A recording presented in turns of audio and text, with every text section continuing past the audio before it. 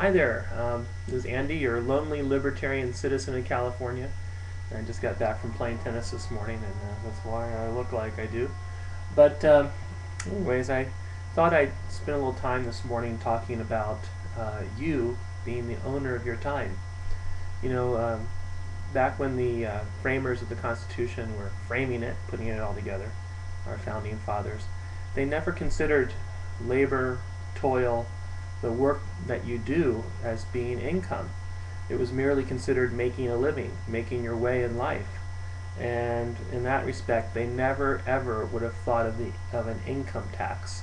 And they never would have considered this type of income, what our government calls income, which they believe that all money received is income. It's very hard, you have to prove that it's not. Um, so in that sense, they would never ever have had an income tax. And I view the income tax as being purely slavery. It's enforcing, it's taking part of your liberty. It's taking part of your pursuit of happiness. It's taking part of your life, your time. And I believe that your time is your personal property, and all value received from that time, any money you receive from lending your time to somebody else or selling it to somebody else, is simply that. It's value exchange. You've exchanged the value that you've built up over the time of your life, what you're worth, and they've paid you for that worth. Other than that, there's no income involved. So what we need to do is change the paradigm, change the way that we view ourselves, and it all starts at the ground floor. Many people never ever consider these. I ask people, do you own your time? Well, they say, yeah, that's mine. You can spend your time, you can waste your time, you can do lots of things. We consider it in our in the vernacular of our dialect, our language. We consider that time is ours, and it would be hard to justify that it's not. Maybe there's some kind of esoteric philosophical argument that you could make, but most people who would make that would probably be considered a heretic in any respect. So I would say that 99.9% of the people out there would say that yes, the time of their life is their own time and they are owners of it. Well, in that case, the time is actually your personal property, and it's yours to sell as you wish. And if we could establish this thought amongst people, it will grow like a mustard seed. And my thoughts are that we need to have two things need to be done. One, at the local level, we need to inculcate it into law, codify it, if you will.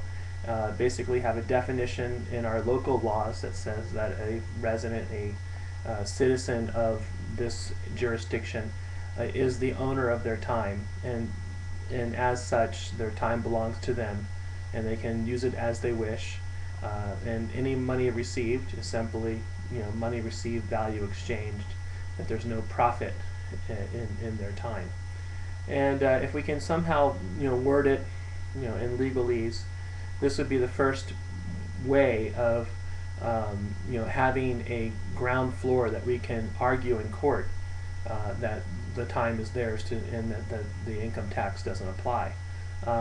So it's not going to start at the top. You're not going to get Nancy Pelosi. You're not going to get Harry Reid. You're not going to get the heads of the Republican Party. Anybody who is of the moneyed elite to agree to this. It requires us, the serfs, the little people, to do this. And we basically, this is the same thing as like the French Revolution. You're staking your claim, and égalité, liberté, fraternité. You are literally saying that there is a common thread amongst us all, and that is that we are owners of our life and we're owners of our time. So the next thing I would like to see people do is start staking claims of their time, and they can do this even before a law is made. You go down to the courthouse just like you would stake a mining claim. You would basically claim that the time is yours. You word it however you want. Just stating that you are the owner of your time. Your time is your personal property, and you literally go down to the county recorder or whatever, how they do it in your place, and literally stake claim of ownership, and you get them to stamp it. And basically you use that as proof that the government has asserted or has accepted your claim of ownership. So there's two ways to go about it. I think this could, become a grassroots movement. If you could get one town to approve a law, one town council to approve a law, that basically is a definition of time as being one's personal property, and that all money received is simply that value exchanged, then this could move from town to town to town, and we could then go to state representatives and say, listen, we need a state law.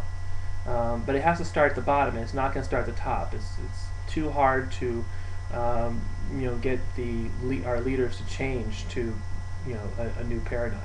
You have to start at the bottom, and it takes people at the grassroots to do this. So in essence, I'll talk more and more about it as I develop my own platforms. But this is something I'd like to hear what other people think. And I have not done much research on it, but when I type "do you own your own time" into Google, there is really not that much about it. So you can Google it yourself and see. So anyways, that's my thought for today.